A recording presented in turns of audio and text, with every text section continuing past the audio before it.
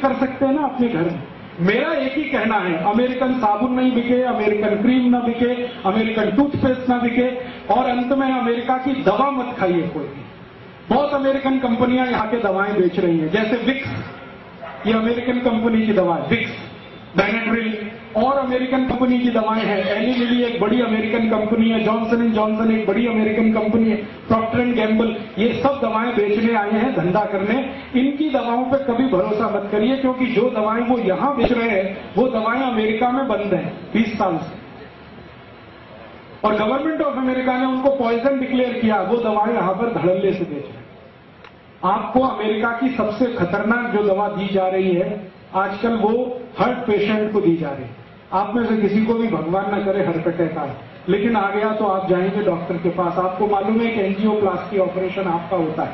Angioplasty operation में एक spring डाली जाती है आपके शरीर में, उसको स्टंट कहते हैं, ये अमेरिका से आता है। और ये स्टंट जो अमेरिका से आता है उसका कॉस्ट ऑफ प्रोडक्शन $3 के आसपास है, और यहां लाकर वो 2.5 लाख रुपए में बेचते हैं, ऐसे लूटते हैं आप। और एक बार हार्ट अटैक में एक स्टंट डालेंगे, दूसरे में दूसरा। डॉक्टर को कमीशन है, इसलिए वो बार बार कहता है एंजियोप्लास्टी कराओ, एंजियोप्लास्टी कराओ, आप मत कराइए। फिर आप बोलेंगे क्या करें। मैं आपको बहुत दावे से कह रहा हूं ये बात, एक डॉक्टर की हैसियत से, क्योंकि मैं होम्योपैथी डॉक्टर भी हूं। कभी भी स्टंट का ऑपरेशन आज तक किसी को सफल हुआ नहीं, सक्सेस हुआ नहीं। कारण क्या है? आपकी जिस वाहिका में स्टंट डाला जाता है नली में, वो स्टंट इतना बड़ा है, नली में यहां उन्होंने फिक्स कर दिया, तो स्टंट के आगे और पीछे फिर ब्लॉकेज हो जाए और सेकंड हार्ट अटैक फिर आएगा, तो फिर वो कहेंगे दूसरा स्टंट लगवा लो, और इसी चक्कर में आपकी जिंदगी निकल जाएगी, लाखों रुपए लूट के ले जाए।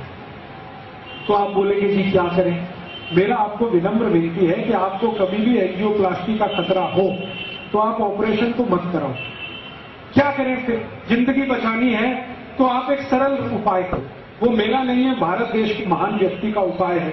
वो व्यक्ति का नाम था बागभट्ट। उन्होंने 3500 साल पहले लिखा एक पुस्तक में जिसका नाम है अष्टांग हृदय, और एक पुस्तक है अष्टांग संग्रह। 7000 सूत्र उन्होंने लिखे हैं बीमारियों को ठीक करने के लिए। उसका एक सूत्र है कि कभी भी हृदय घात अगर है, हृदय को घात हो रहा है, तो जान लीजिए कि रक्त में एसिडिटी बढ़ी हुई है। एसिडिटी समझते हैं? अम्लता।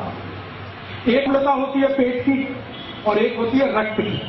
पेट की अम्लता बढ़े तो आपको आग जलेगी पेट में, एसिडिटी होगी, आप कहेंगे आग जल रही है, खट्टी खट्टी डकार आ रही है, मुंह से पानी आ रहा है। फिर और ज्यादा हो तो हाइपर एसिडिटी होगी।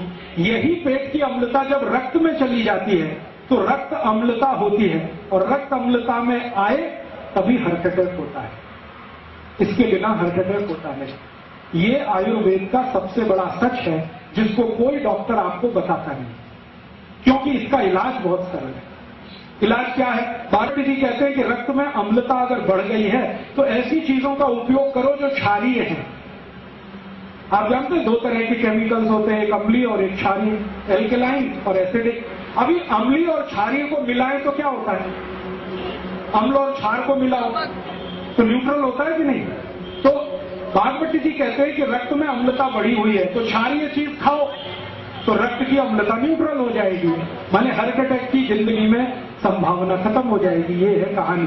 तो आप पूछोगे कि कौन सी क्षारीय चीज है जो हम खाएं? आपके रसोई घर में सवेरे से शाम तक इतनी चीजें हैं जो क्षारीय ही है। अगर उन्हीं को खाना शुरू करो तो हार्ट अटैक ना आए, और कभी आ जाए तो दोबारा आने का चांस ना। क्या क्षारीय चीज है? सबसे ज्यादा क्षारीय चीज आपके घर में है दूधी। दूधी है ना, सब्जी के रूप में आप खाते हैं। इससे ज्यादा क्षारीय कोई चीज ही नहीं। तो दूधी का रस पियो रोज निकाल, या कच्ची दूधी खाओ।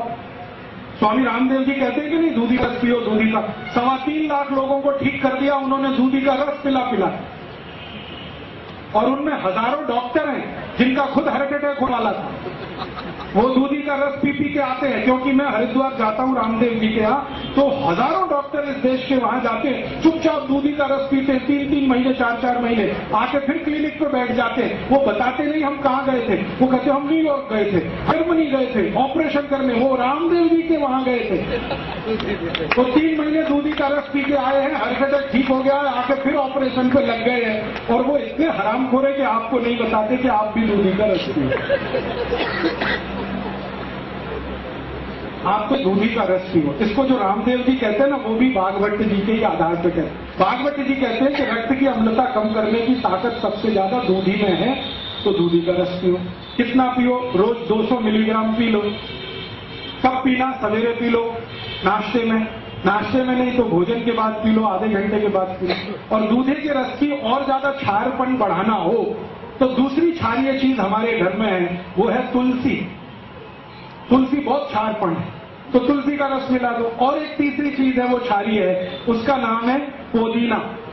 पुदीने का रस उसमें मिला दो। और एक क्षारीय चीज है अपने घर में, काला नमक। और एक है सेंधा नमक। ये काला और सेंधा नमक क्षारीय है, लेकिन बाजार से जो आता है ना आयोडीन युक्त, ये अम्लीय है। ये आयोडीन युक्त नमक के चक्कर में मत फंसना।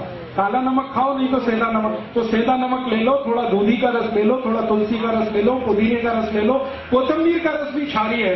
ये सब क्षारीय मिला मिला के रोज पियो। 3 महीने में आपका ब्लॉकेज निकल जाएगा, अम्लता कम हो जाएगी, 2.5-3 लाख रुपए फालतू खर्च होने से बच जाएंगे। और जो बच जाए तो गौशाला को दान कर देना, तो गौशाला का भी फायदा है। डॉक्टर को देने से अच्छा